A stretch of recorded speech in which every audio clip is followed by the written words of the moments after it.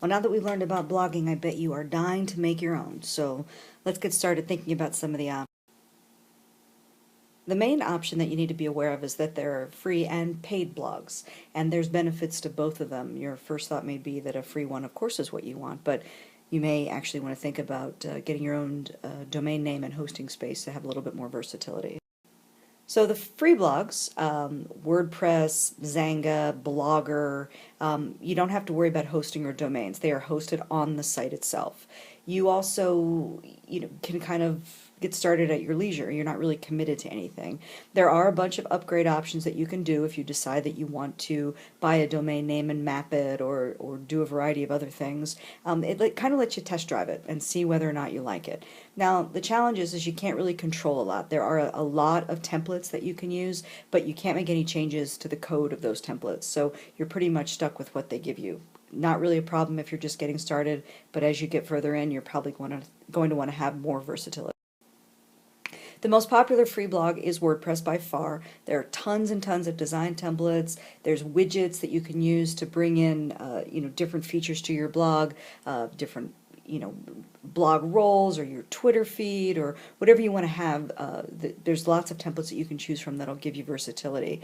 And you can track your stats. So you can see who's clicking on your blog, where they're coming from, what articles they're going to. Really worthwhile data that will help you tailor your blog. Now, Blogger is another free blog platform. One of its biggest advantages is that it is linked to Google. So it does enhance your search engine optimization. A lot of people like it. You get Google Analytics with it. There's also a lot of templates here. You can also do like a team blog for multiple authors, and you can actually monetize your blog easier through Blogger. And then we have Tumblr and Posterous. Those are kind of more like microblogging. So it's a little bit different than the conventional blogging that we're talking about. You can email your posts. There's a lot of social sharing options. So, all three very worthwhile. It's just really the one that you're most comfortable with.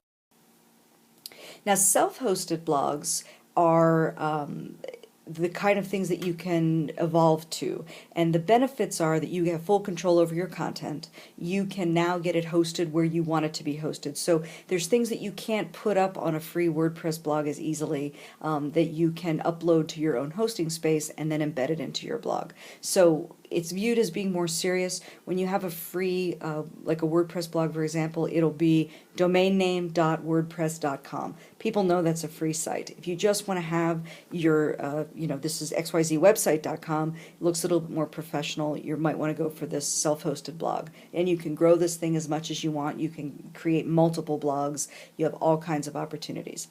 It is more expensive, I will definitely admit that. So you have to pay not only for the hosting space, which is a monthly or an annual fee, you have to pay for the domain name as well, which is an annual fee. So you have to make an investment, and these things aren't quite so ready-made, so you want to be committed to at least fiddling, if not learning the code itself. The most popular pay blogs that we're dealing with now are WordPress.org, extremely popular, really similar to WordPress.com, the way you log into it. The back end of it all looks the same, but it's your hosting and it's editable. A lot more opportunity for versatility, a lot more designs for templates. TypePad, the hosting's kind of built into the price. There's a lot of widgets, so that's a nice one. And Squarespace, anyone who listens to NPR, you may have heard that advertised quite a bit. Drag and drop features. The price, again, includes hosting, which the WordPress.org does not.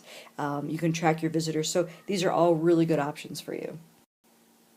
So the difference between .com.org, got to have hosting space, WordPress.org.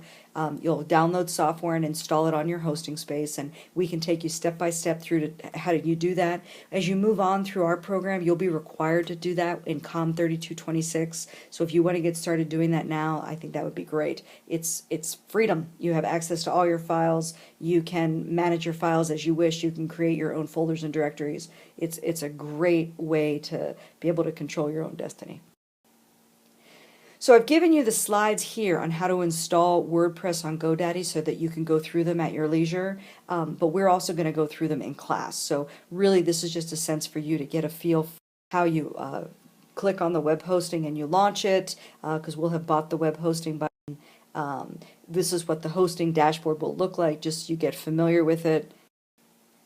This is how you're going to install it. So I just want you to kind of take a look over this, see if you want to do it yourself. You're certainly welcome to go to GoDaddy and sign up for a hosting space. If you want to come meet with me so that we can do that together at office hours, I'd be happy to do that with you. But I really encourage you to buy your domain name at the minimum, to go to GoDaddy and sign in, buy your name. It's the one thing that you own. So I encourage you wholeheartedly to do that. And then even if we map a blog to it later, that's fine. But go and buy your name. Here's where you see the different steps to set up on your domain. Again, you're going to put in different passwords. You can put in exactly what you want your website to be called. And then you wait for GoDaddy to install it. So you'll get an email from them, and then once it's done, you log into your back end. Again, I will take step by step through all of this so that you can see how to log into your blog and changes that you need. And then ultimately, this username and password that you pick is how you'll log into your blog back end time. And now you'll see a dashboard that looks like this. So whether it's free or paid, this is what your dashboard is going to look like. And these are the options that you're going to have for manipulating your blog. So go through this, check it out, watch it a couple times, and then we will be putting this into play in class.